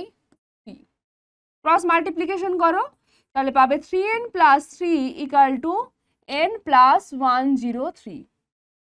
এখান থেকে 2n মানে কত পেলাম আমরা 100, বা n = পেলাম 50। এর মান নির্ণয় করতে দিয়েছিল, বার করে দিলাম 50। তাহলে এই অঙ্কটার জন্য আমাদের প্রথম কথা জানতে হবে কোনটা, না এই ফর্মুলাটা, যে মধ্যবর্তী সংখ্যা আমরা কি করে বার করি, এটা জানতে পারলেই বাকি কাজও হয়ে যাবে। ঠিক আছে, তাহলে এই বছরের জন্য এবার আর অন্য কোশ্চেনগুলো করাবো না, শুধুমাত্র আমি একটু অ্যানালিসিস করে দেবো তোমাদের, যে কি কোশ্চেন এসেছে এবং কোথা থেকে এসেছে এবং এই বছর কি কি আসতে পারে, ঠিক আছে। প্রথম কথা দেখো, এখানে দিয়েছে যদি 6 মাস অন্তর সুদ আসলের সঙ্গে যুক্ত হয়, তাহলে বার্ষিক 10% চক্রবৃদ্ধি হার সুদে 8,000 টাকার 1.5 বছরের সমূল চক্রবৃদ্ধি ও চক্রবৃদ্ধি সুদ কত হবে। তাহলে সমূল চক্রবৃদ্ধি এবং চক্রবৃদ্ধি বার করতে দিয়েছে, অর্থাৎ প্রথমে আমরা চক্রবৃদ্ধিটা বার করব, তারপর কি করব না এই যে আসল রয়েছে 8,000 টাকা, 8,000 টাকার সাথে আমরা চক্রবৃদ্ধি সুদকে যোগ করে দেব, তারপর ওটাকে বলবো সমূল চক্রবৃদ্ধি, তাই না। আমরা কি জানি, সমূল চক্রবৃদ্ধি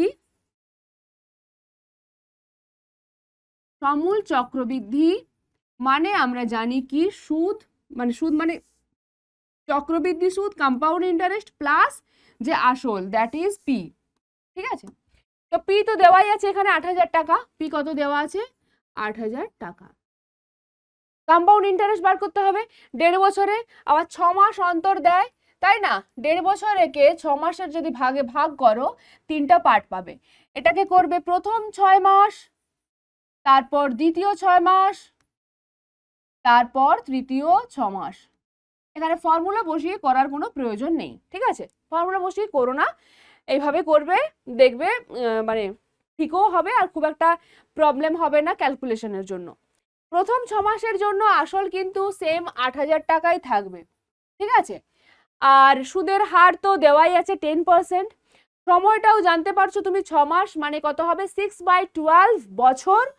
তাহলে প্রথম 6 মাসের জন্য যে সুদটা পাবে, ঠিক আছে, যখন দ্বিতীয় 6 মাস করতে আসবে তখন কিন্তু এখানে আসলটা চেঞ্জ হয়ে যাবে, এটা হবে 8,000 টাকা প্লাস এই যে প্রথম মাসের যে সুদটা পেয়েছিলে সেটা, প্লাস প্রথম 6 মাসের সুদ,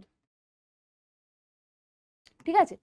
এখান থেকে তুমি বার করবে, এখান থেকে যখন তুমি বার করবে থার্ড টাইমে আসবে অ্যাগেন, আবার পি কি হবে? 8,000 টাকা প্লাস ঠিক আগের তোমার যে সুদটা বেরিয়েছে সেই সুদটা যোগ হবে, অর্থাৎ আসলটা বারবার বারবার চেঞ্জ হতে থাকবে, ঠিক আছে? আসলটা বারবার চেঞ্জ করে তুমি বার করবে 3টা সুদের, তারপর কি করতে হবে? 3টা সুদের যোগ করবে, তাহলে চক্রবৃদ্ধি সুদ পেয়ে যাবে। এই টাইপের অঙ্কটা এই বছরের জন্য কিন্তু ইম্পর্টেন্ট, কারণ আমাদের চক্রবৃদ্ধি সুদের থেকে দুটো দেখবে ওখানে অঙ্ক আসে, এক হচ্ছে সুদের অঙ্ক অথবা ওই সমহার বৃদ্ধি বা হ্রাসের অঙ্ক। আগের বছর সমহার বৃদ্ধি বা হ্রাস থেকে এসেছে, তাই এই বছর এই টাইপের অঙ্কগুলো কিন্তু ইম্পর্টেন্ট আছে। নেক্সট কি রয়েছে দেখো, পার্টনারশিপ বিজনেস। পার্টনারশিপ বিজনেসটা আগের বছর পড়েছে, কিন্তু তাও এই বছর এমনটা নয় যে একদমই আসবে না, আসতে পারে, কারণ সরল সুদের থেকেও লং কোশ্চেনগুলো যেরকম ইম্পর্টেন্ট আছে ঠিক সেরকম চক্রবৃদ্ধি সুদের লং কোশ্চেনগুলো ইম্পর্টেন্ট, এবং এই পার্টনারশিপ বিজনেস থেকে কিন্তু আসতে পারে। এটা একদমই আমাদের একটা বইয়ের অঙ্ক, ঠিক আছে?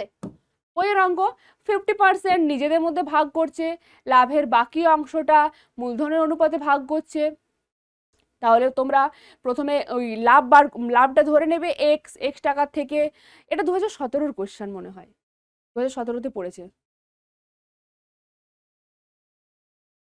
নেক্সট 3 নম্বরের যে অঙ্কগুলো আছে দ্বিঘাত সমীকরণ থেকে, দ্বিঘাত সমীকরণ থেকে যেগুলো আছে সেটাও সেম। দ্বিঘাত সমীকরণ থেকে দেখো এই টাইপের একটা অঙ্ক এই বছর আসতে পারে, ঠিক আছে? অথবা আসতে পারে কি না, একটা আমাদের দিয়ে দেবে ইকুয়েশন, একটা দেওয়া থাকবে, এটাকে ইকুয়েশন সলভ করো, ইকুয়েশন সলভ, এবং তার সাথে সাথে এখানে যে পাশেই দেখো একটা লেখা অঙ্ক রয়েছে, সেই লেখা টাইপের একটা অঙ্ক কিন্তু পড়তে পারে, ঠিক আছে? লেখা টাইপের অঙ্ক অলরেডি আগের বছর পড়েছে, 2023-এই পড়েছে। তো আমি তো স্পেশালি বলবো তোমাদের যে 2018 যেটা রয়েছে বা 2020 যে অঙ্কগুলো রয়েছে সেগুলো একটু ভালো করে দেখবে। এবার 2020-তে আমাদের হ্যাঁ 2020-তে সরি 2020-তে মনে এক্সামই হয়নি, তাই না? 2020-তে এক্সাম হয়নি। দেখো তারপর সরল দেওয়া থাকবে দ্বিঘাত করণীর থেকে, এটা একদম ইজি, এগুলো আর করাচ্ছি না আমি, কেমন? আর ভেদের থেকে একটা থাকবে, এটাও তোমাদেরকে করানো রয়েছে, ঠিক আছে? দেখবে আমাদের যে পিডব্লিউ বাংলার চ্যানেল রয়েছে সেই চ্যানেলে গিয়ে আমি ভেদ চ্যাপ্টার এগুলো করিয়েছি, অঙ্কগুলো অনেকগুলো অঙ্ক করানো রয়েছে তোমাদের। দেন এই অনুপাতের অঙ্ক অ্যাগেন প্রত্যেকটা কিন্তু অঙ্ক দেখো করানো রয়েছে, সেই কারণে আমি আর তোমাদের এখানে করিয়ে সময় নষ্ট করছি না। ওখানে যাও, ওখানে গেলে তোমরা যদি অঙ্কটা দেখো একটা অঙ্কের থেকে তোমরা কিন্তু আরও 2-3টে অঙ্ক পেয়ে যাবে, 2-3টে অঙ্ক আরও তোমাদের রিভাইজ হয়ে যাবে। অবশ্যই দেখবে যেটা মেন চ্যানেল পিডব্লিউ বাংলা যেটা, সেখানে আমাদের রয়েছে, সেখানে প্লেলিস্টে গিয়ে সার্চ করবে, ঠিক আছে? প্লেলিস্টে গিয়ে সার্চ করবে ব্যাচগুলো, সেখান থেকে তুমি পেয়ে যাবে প্রত্যেকটাই। হ্যাঁ, প্লেলিস্টে গিয়ে শুধুমাত্র ওখানে অনুপাত এবং সমানুপাত চ্যাপ্টারটা যেটা আছে সেটা নেই আমার ওখানে, সেটা তোমাদের ঠিক আছে আমি প্লেলিস্টে ওটা দিয়ে দিতে বলবো, কোনো অসুবিধে নেই, ওটা অ্যাড করে দিতে বলবো, ঝামেলা হবে না। আর বাকি আমাদের এখানে যে সামারি সেশন রয়েছে, সামারি সেশনে করা হয়েছে, সামারির স্পেশালি আমি থিওরেমটা বলেছি, কিন্তু আমরা অঙ্ক কোথায় করেছি না লাইভ সেশনে, সেখানে করেছি। তারপর আমাদের বেসিক্সের কিছু আমরা অঙ্ক করেছি, সুতরাং মোট কথা অনেকগুলোই আমাদের অঙ্ক করা রয়েছে প্রত্যেকটাই, তাই না? তাহলে অনুপাত থেকে আর বলছি না। আর এখানে দেখো থিওরেম দিয়েছে কি না অর্ধবৃত্তস্থ কোণ সমকোণ, আর এখানে একটা দিয়েছে কি না দুটি বৃত্ত পরস্পরকে বহিঃস্পর্শ করলে তাহলে স্পর্শবিন্দু কেন্দ্র দুটি সংযোজক সরলরেখাংশের উপর অবস্থিত হবে। স্পর্শবিন্দুটি, বাহ, এখানে কিন্তু বহিঃস্পর্শ করে বলে দেওয়া আছে। আমি তোমাদের বলেছিলাম না, তোমাদের বইয়ের থিওরেমটা কিন্তু ভালো করে খেয়াল রাখবে, তোমাদের বইয়ের থিওরেমটা শুধুমাত্র স্পর্শ করে আছে, এখানে ক্লিয়ার করে বলে দিয়েছে বহিঃস্পর্শ করে, অর্থাৎ বাইরের দিকে করেছে। আমরা যখন বইয়ের অঙ্কটা করেছি তখন দেখবে আমরা করেছি কি বহিঃস্পর্শ অ্যাজ ওয়েল অ্যাজ আমরা বানিয়ে দিয়েছি অন্তঃস্পর্শ করলে কি হবে। এবার বহিঃস্পর্শের জন্য একদম লাস্ট মোমেন্টে গিয়ে কিন্তু কি হয়, এটা আলাদা হয়ে যায়। একদম লাস্ট মুহূর্তে আমরা একদিকে করি 1 নাম্বার চিত্রের জন্য পাই, আর একদিকে করি কি না 2 নাম্বার চিত্রের জন্য পাই। একদম লাস্ট মোমেন্টে গিয়ে একটু আলাদা হয়, দুটোর জন্য দুটো প্রমাণ। কিন্তু এখানে যেহেতু বহিঃস্পর্শ দেওয়া আছে তাই আমাদের এটার আর কোনো প্রয়োজন নেই, শুধুমাত্র আমরা এই জিনিসটা নিয়েই কাজ করব, ঠিক আছে। সুতরাং ওই যে দুটো লাস্টে একদম প্রমাণ লিখি, দুটো লেখার দরকার নেই, শুধুমাত্র বহিঃস্পর্শ করলে কি হবে সেটা লিখবো। নেক্সট এখানে যা এক্সট্রা পড়েছিল বা অ্যাপ্লিকেশন পড়েছিল, এটা আবারও পড়েছে, দেখেছো তোমরা 2017তেই পড়েছে। এবিসিডি ও কেন্দ্রীয় বৃত্তের পরিলেখিত চতুর্ভুজ এবিসিডি হলে, এই কোশ্চেনটাও কিন্তু দেখো পড়েছে 19-এ, মানে এমনটা নয় যে এই বছর পড়তে পারে না বা সামথিং কিছু। 17, 18, 19, ঠিক আছে, 22 পর্যন্ত কিন্তু প্রত্যেকটাই করে রাখবে, ঠিক আছে। যা যা পড়েছে প্রত্যেকটাই করে রাখবে, স্পেশালি এক্সট্রাগুলো এবং থিওরেমগুলো। নেক্সট এটাও সেম, এটাও করানো রয়েছে আমাদের অঙ্ক, ঠিক আছে, চেক করে নিও। এখানে পরিবৃত্ত অঙ্কন করতে দিয়েছে, পরিবৃত্ত অঙ্কন করতে দিয়েছে, ত্রিভুজ দেওয়া আছে, শুধুমাত্র অঙ্কন চিহ্ন দিলেই হবে, এটাই আমাদের হয়, শুধুমাত্র আমরা অঙ্কন চিহ্নটাই দিই, ঠিক আছে। এবি দেখো দেওয়া আছে, এখানে কি সবচেয়ে ম্যাটার করে যে ত্রিভুজ অঙ্কনটা, ত্রিভুজ অঙ্কনটা এখানে দেখো দেওয়া আছে তিনটেই কি ধরনের ত্রিভুজ না, লেন্থ দেওয়া আছে, বাহুর দেওয়া আছে, ঠিক আছে। যেহেতু বাহু দেওয়া আছে এখানে, সেই কারণেই আমরা কি করব, বাহু দেওয়া থাকলে কিভাবে অঙ্কন করতে হয় জানো। এবার দুটো বাহুর জায়গায় আমরা জানি, তিনটে বাহুর জায়গায় দুটো বাহু একটা কোণ দিয়ে দিতে পারে, বা দুটো কোণ একটা বাহু দিয়ে দিতে পারে। ত্রিভুজটা কিন্তু তোমাদের নিজেদেরকে অঙ্কন করতে হবে। অ্যাগেন বৃত্তের স্পর্শক অঙ্কন এই বছরের জন্য ইম্পর্টেন্ট, যে বৃত্তের স্পর্শক অঙ্কন করো। আর এগুলো প্রত্যেকটাই ক্লাস যেগুলো আমাদের ত্রিকোণমিতিতে রয়েছে, ত্রিকোণমিতিগুলোও করতে পারবে। এখান থেকে আর কিছু বলার আছে কিনা আমি একবার চেক করে নিই।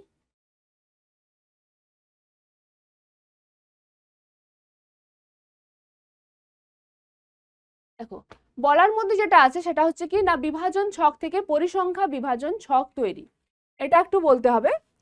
সেটা কিরকম, কেন বলছি এটা দেখো, কারণ এখানে শ্রেণীগুলো দেওয়া আছে <10, <20, <30, <40, <50 করে লাস্টে <80। অর্থাৎ এখানে এগুলো কি রকমের দেওয়া আছে, কি টাইপের ফরম্যাটটা না, যেখানে আমরা দেখবে বইয়ে করতাম 10-এর চেয়ে কম, 20-এর চেয়ে কম, 30-এর চেয়ে কম, 40-এর থেকে কম, সেটাই হচ্ছে এখানে বসানো রয়েছে। তাহলে এখান থেকে তোমাদের প্রথমে শ্রেণী সীমানাটা বার করে নিতে হবে। 10-এর থেকে কম মানে আমরা করব কত, 0 to 10, ঠিক আছে, 0 to 10, ঠিক আছে, 0 to 10 এটা রাখবো। দেন 20-এর কম মানে এখানে 10 to কিন্তু আমরা 20 রাখবো। দেন 20 থেকে 30, এরকম করে ডট ডট করে তোমাদের করতে হবে 70 to 80, অর্থাৎ কতগুলো ঘর করতে হবে, 1 2 3 4 5 6 7 8, 8খানা তোমাকে ঘর করতে হবে। আমি 3টে করেছি, তোমাদের আবার 5টা নিচে করতে হবে। এবার এখানে আসবে তুমি যে ফ্রিকোয়েন্সিগুলোতে, এফআই মানে কি পরিসংখ্যা, ফ্রিকোয়েন্সি মানে এখানে কতবার মানে কত আছে, 0 থেকে 10-এর মধ্যে 10-এর চেয়ে কম কতগুলো নাম্বার আছে, 4খানা, তাহলে 4 লিখবো। তারপর এখানে দেখো, এখানে বলে দেওয়া আছে 20-এর কম, 20-এর কম মানে অবশ্যই সেটা 10-এরও কম, সেই হিসেবেই কিন্তু এটা দেওয়া আছে 16।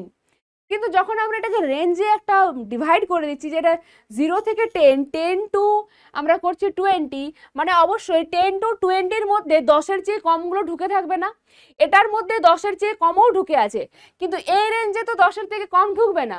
তাহলে আমাদের কি করতে হবে, 16 থেকে 4 মাইনাস করতে হবে, তারপর এখানে আমাদের লিখতে হবে 12। নেক্সট যখন <30 করছো, <30 মানে কি, অবশ্যই 20-এর থেকে যেগুলো কম সেগুলোই। তাহলে এরপর আমরা কি করব, যখন 40 আসবে এখানে 40 থেকে আমরা কত মাইনাস করব, 16কে মাইনাস করে দেব,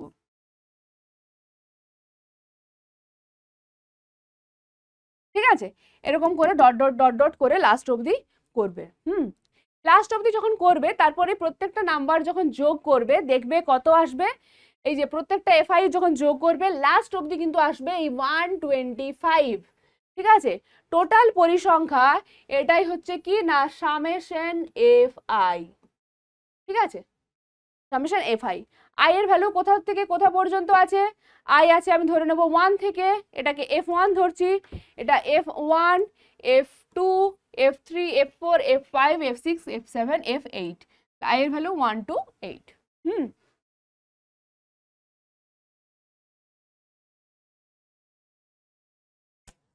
ফার্স্ট ক্লাস এই 2018-র মধ্যে এইগুলোই আমার আলোচনা করার ছিল, লং কোশ্চেনগুলো আলোচনা করলাম না আর। ঠিক আছে, কারণ লং কোশ্চেনগুলো প্রত্যেকটাই এই বছর যেখানে যেখানে পড়েছে বইয়ের থেকেই পড়েছে, তো ওখান থেকে তোমরা ফলো করে নিতে পারবে। চলো তাহলে তোমাদের সাথে আবারও পরের যেটা 2019 হলো এর পরের যেটা পড়েছিল সেটা নিয়ে আবার তোমাদের সাথে দেখা হবে।